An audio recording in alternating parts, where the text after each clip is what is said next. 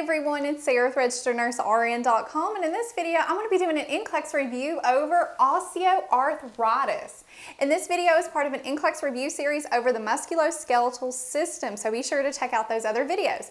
And as always, at the end of this YouTube video you can access the free quiz that will test you on OA. So let's get started. So what is osteoarthritis? OA is the most common type of arthritis out of all the arthritises, such as like rheumatoid arthritis, gout, things like that. And OA develops due to the deterioration of the cartilage, specifically that articular cartilage, the hyaline cartilage. So remember that. That's what makes this different than, say, rheumatoid arthritis. That was where we had inflammation of that synovium, the lining inside the joint. So whenever you think of OA, think of cartilage. That's our problem. So what is so special about this articular cartilage, that hyaline cartilage? Well, it plays a huge role in allowing us to move our joints without stiffness and pain. And it's a rubbery, smooth tissue, and it's found at the end of the bones within a joint. So here we have two bones coming together, because that is what a joint is. And at the end of the bone, we have our hyaline cartilage, and that is that in this light brown. And notice, it's plentiful, there's a lot of it, it's nice and smooth, we don't have any breaks in it. So what does this cartilage do? It acts as a protective mechanism by providing a slick surface for bones to slide and glide with movement. Right now, I'm using my hyaline cartilage. It's moving my arm, it's allowing it to move freely. I don't have any pain or stiffness. And it also absorbs shock during movement. So let's take a close look at a healthy joint with nice hyaline cartilage. So we have our two bones coming together, and around it we have, in this maroon color, this is our joint capsule. And within that capsule, you have in the green the synovium, and then you have inside the synovial fluid, and then in light brown again is your hyaline cartilage. And notice, whenever you look at this beautiful joint space, there's a nice space in between our two bones. They're not on top of each other. Now let's flip it around and let's look at a bone or a person that may have osteoarthritis. Okay, notice, what do you see right off the bat? That joint space is literally almost gone, and it's causing our bones to rub together. Well, look, there's no hyaline cartilage present. It's very, very thin. It's very minuscule down at the bottom. And what's going to happen is this is going to affect the inside of the bone and the outside of the bone, because you have these bones rubbing up against each other, grating on each other. And we know just from common sense that we don't want bones grating on each other, because when anything grades on itself, it's going to break down. So what's going to happen are results. We're going to have grating of the bones. Okay, you may hear, a patient may report this grating sound, clicking noise. We call it crepitus, and this is from that decreased joint space. Now, this is going to lead to, again, outside bone changes, where the patient is going to develop bone spurs, bone spur formation. Technical term is called osteophytes. And whenever we're going to be talking about diagnostic testing on the x-ray, this is one thing that's going to be picked up. You're going to see this in OA compared to not seeing it in rheumatoid arthritis. That's one of the different things you will find are those osteophytes in OA. Also, the inside of the bone is going to experience sclerosis, and this is where you're going to have abnormal hardening of that bone. Now, another thing that can make things worse is that parts of that bone that's deteriorating and that cartilage that's breaking off can float around in that limited joint space that they already have, and this can cause them even more pain and even more problems. So, some things, signs and symptoms we want to remember. We want to remember that they are going to have some really hard bony joints, okay? Instead of in rheumatoid arthritis, remember those joints were soft, they were swollen, they were inflamed and red and warm. Here they're not going to be red and warm, because with RA, that was inflammation of the synovium. They have systemic inflammation going on. here our joints are really only affected. It's not systemic because OA is due to over time that wear and the tear on the joints, which we're going to look at the risk factors here in a second. They're also going to have the pain, which is expected with those bones rubbing together, and they're going to have severe stiffness. And just like in RA, they're going to have morning stiffness, but the big thing is that it's going to be less than 30 minutes in OA. They can recover a little bit faster from their stiffness. And another big thing that's different is that they're going to have that crepitus, that grating of the bones upon one another. Okay, now let's look at our key points to remember about osteoarthritis before we get into our mnemonic to remember the signs and symptoms and those nursing interventions. Okay, this condition is also referred to as degenerative joint disease. So if you hear that, think OA. And remember, just to recap, this is where we have decreased cartilage around those bones. It doesn't deal with the synovium, which is inflamed in rheumatoid arthritis. So remember that. And OA happens and worsens over time, which is why we are seeing it in patients who are older age. And it most commonly occurs in the hands, the knees, the hips, and the spine. And really, it's really targeting those weight-bearing joints. And why is that? Because your knees, your hips, your spine really takes a lot of stress on our body. And over time, it can wear out. So it affects those joints.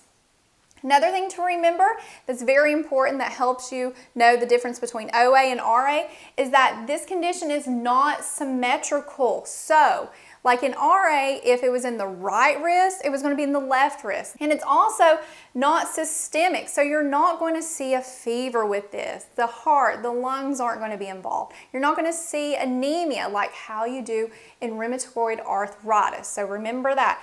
Unsymmetrical, not systemic. And risk factors for developing this, again, is older age, 40 plus, because it's the wear and tear disease over time. That cartilage wears away. Also, repeated joint injuries, like if a patient was a sports player, played a lot of sports, had a lot of repeated joint injuries, they're at risk for developing this. Strenuous jobs such as nursing, and why is that? Because we have a very hard, laborious job. We're on our feet for 12-hour shifts. A lot of nurses can struggle with osteoarthritis of the knees, that cartilage wearing out around the knees. So remember that. Any job that has a person on their feet doing physical hard labor, they're at risk for this. Also being overweight, and that is because all that extra weight is really heavy on those weight-bearing joints, the spine, the knees, and the hips. And losing weight can really improve these patients' quality of life. And genetic factor as well. Now, with osteoarthritis, just like with rheumatoid arthritis, there is no cure. The damage that is done can't be reversed. However, the patient can improve their signs and symptoms, which we're really going to talk about in our nursing interventions, like through exercise, losing weight, medications like injections of corticosteroids in that joint, NSAIDs, topical creams, or surgery. And in severe cases, patients can be a candidate for surgery. Like one surgery is like a joint replacement where they can replace the hips or the knee. Another thing is a procedure like, say they had osteoarthritis in their knee, they can have a knee arthroscopic surgery, and this is where they go in and remove those fragments of cartilage that have collected within that joint space and debris and smooth out that area and help improve symptoms. Another procedure they can do is called a bone realignment. For instance, say the patient has osteoarthritis in their knee, they can get a procedure called a knee osteotomy, and they will go in, realign that affected knee, and this will actually help decrease the amount of weight on that affected knee. So it can help prolong the need for a possible joint replacement in the future and help improve those signs and symptoms and help them have better mobility. And it's typically used in the early stages of OA, and patients are best candidates whenever they only have one side that is affected with OA. Now, with diagnosing, from nurse's standpoint, you just want to be familiar with what the physician may order and things you have to watch out for, because there's not really one conclusive test that can diagnose this. They have to look at several things, and as your role as a nurse, you want to be assessing that patient for signs and symptoms and asking yourself, is this gout? Is this rheumatoid arthritis? Is this osteoarthritis? And catching it early and reporting those signs and symptoms to the physician. And sometimes physicians, whenever the patient has those signs and symptoms, will try to rule out other forms of arthritis by ordering tests to measure the joint, to analyze the joint fluid to make sure, if it has uric acid in it, it could be gout. Is the synovium inflamed? Is there a lot of inflammation going on? It could be rheumatoid arthritis. Do they have a positive rheumatoid factor, which is an RA again? And another thing is they can order an X-ray. And the X-ray will be helpful in looking at that joint space. So what is the joint space going to look like again in OA? It's going to be decrease. So look at that. Also, is there presence of bone spurs like those osteophytes? And again, this is conclusive with OA. You're not going to see that in RA. And looking at that integrity of the bone, is it experiencing sclerosis, hardening? Is parts of it breaking off? And remember, an X-ray only shows bones, so you can't look at the cartilage. So if you ever see on an exam, X-ray assessing the cartilage, X-rays can't see cartilage, they only see bones. So looking at those things together can help give the radiologist an idea if OA is present. Now let's look at the signs and symptoms of osteoarthritis and take all those key points that we learned together and put it in one mnemonic to help you remember the signs and symptoms. And remember the word osteo because we're talking about osteoarthritis. Okay, so O for outgrowth, specifically bony outgrowths, are going to be from these bone spur formations. And with this disease, you're going to see these specific bony outgrowths on the hands. And we have two types, and I would remember these because anytime, as I always say in my lectures, you see people's names or a funny name, remember that because it's probably going to be on an exam. Okay, so the two types of nodes that you can find on the fingers of the hands are called Heberden's and Bouchard's. So let's talk about these. Okay, first, Bouchard's. Okay, so whenever you look at your hand, we are talking about the middle joint and we're going to talk about the top joint of the fingers. This is where these nodes can be located. So Bouchard's is going to be at the proximal interphalangeal joints, okay, the proximal. And how I remember this, because sometimes you have to think of things to help you remember stuff, is I look at my hand and I think of the alphabet. Bouchard starts with B and Heberden starts with H. So B comes before H. So I know Bouchard's is here and Heberden's is there. So Bouchard's is going to be the proximal. Remember, proximal is closest to you at that joint, the middle joint.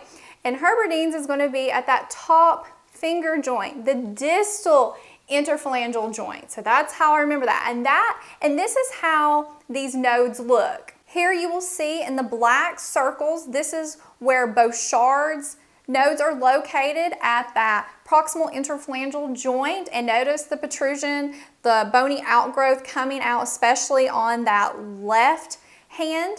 And then in the red squares, this is the Heberden's nodes, the distal interphalangeal joint where it's located at. And as you can see on that right hand, that there are those protrusions of those bony outgrowths. Next, S for sunrise stiffness, and this is going to be morning stiffness less than 30 minutes. Remember, if it's greater than 30 minutes, that is found in rheumatoid arthritis. And the pain and the stiffness that these patients are going to experience is going to be worse at the end of the day. And this is because they've been moving around, using those knees, using the hips and the spine, and it's just overused them. Okay, next, T for tenderness when touching the joint site with bony overgrowth. So whenever you touch it, those bony overgrowths, those will be tender, but you're not going to see warmth in a boggy, soft site like how you would in RA. That's another difference. E for experiencing crepitus. That's that grating whenever they're moving the bone and exercising it, and this will cause pain with that whenever they're doing it, but it'll actually go away when they stop it. So that's another thing. And then O for only the joints. Only the joints are involved. This is not systemic, like with RA, and those weight-bearing joints are going to be affected, and it's not a requirement for this to be symmetrical like how in RA. If it affects the right wrist, it's going to affect the left wrist. In OA, it can affect both joints or it can just affect one. It doesn't have to be symmetrical. Now let's look at our nursing interventions. What are we going to do for this patient who has OA? Okay, first we are going to assess the patient for signs and symptoms.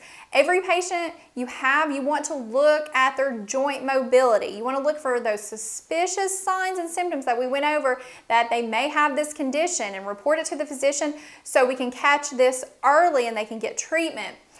You're also going to assess their pain, see how well they're managing their pain, and see their perception of this disease. How's it affecting their daily activities? Are they really depressed? Are they not able to do the things they were able to? And help develop a plan on how they can manage this better. Physical therapy, exercise.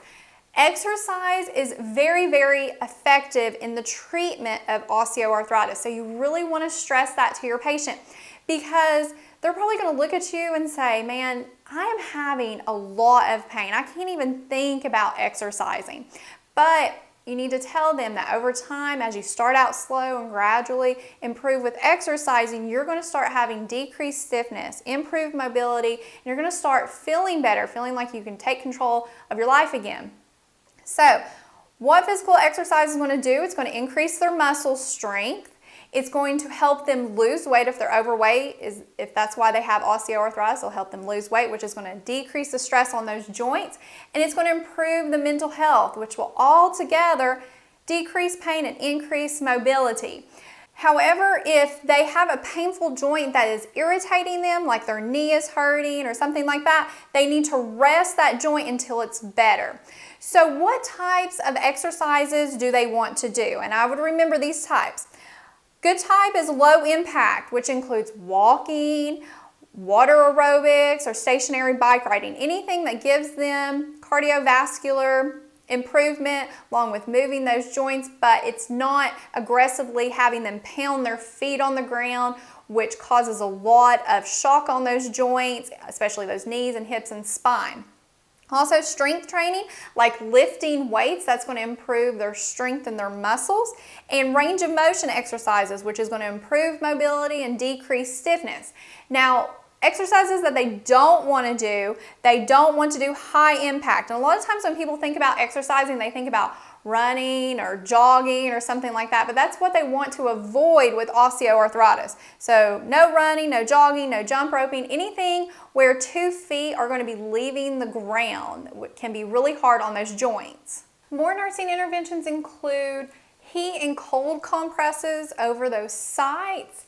Physical therapy and occupational therapy, they are very helpful in helping the patient with assistive devices, figuring out what devices would be best for the patient.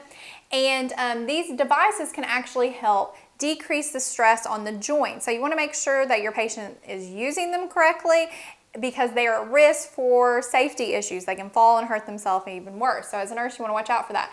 And some assistive devices include like the raised toilet seats, because whenever patients have osteoarthritis in the hips and they go to sit down on a low toilet seat, it's very hard for them to get that low. Those joints can lock up sometimes, and it's especially hard to get off of the commode when the toilet's so low. Another thing is getting the patient involved with other support groups of patients who have osteoarthritis. So looking locally for that, because they have exercise programs so these patients can exercise together and they know what they're going through because they all have the same condition. So helping just improve the mental health of your patient as well, and educating them to structure their day so they don't overuse those joints. Take time to rest, because when you're younger you could just do it all, but now as you get older you got to take time to rest, and that'll help decrease that pain and that stiffness that you feel at the end of the day.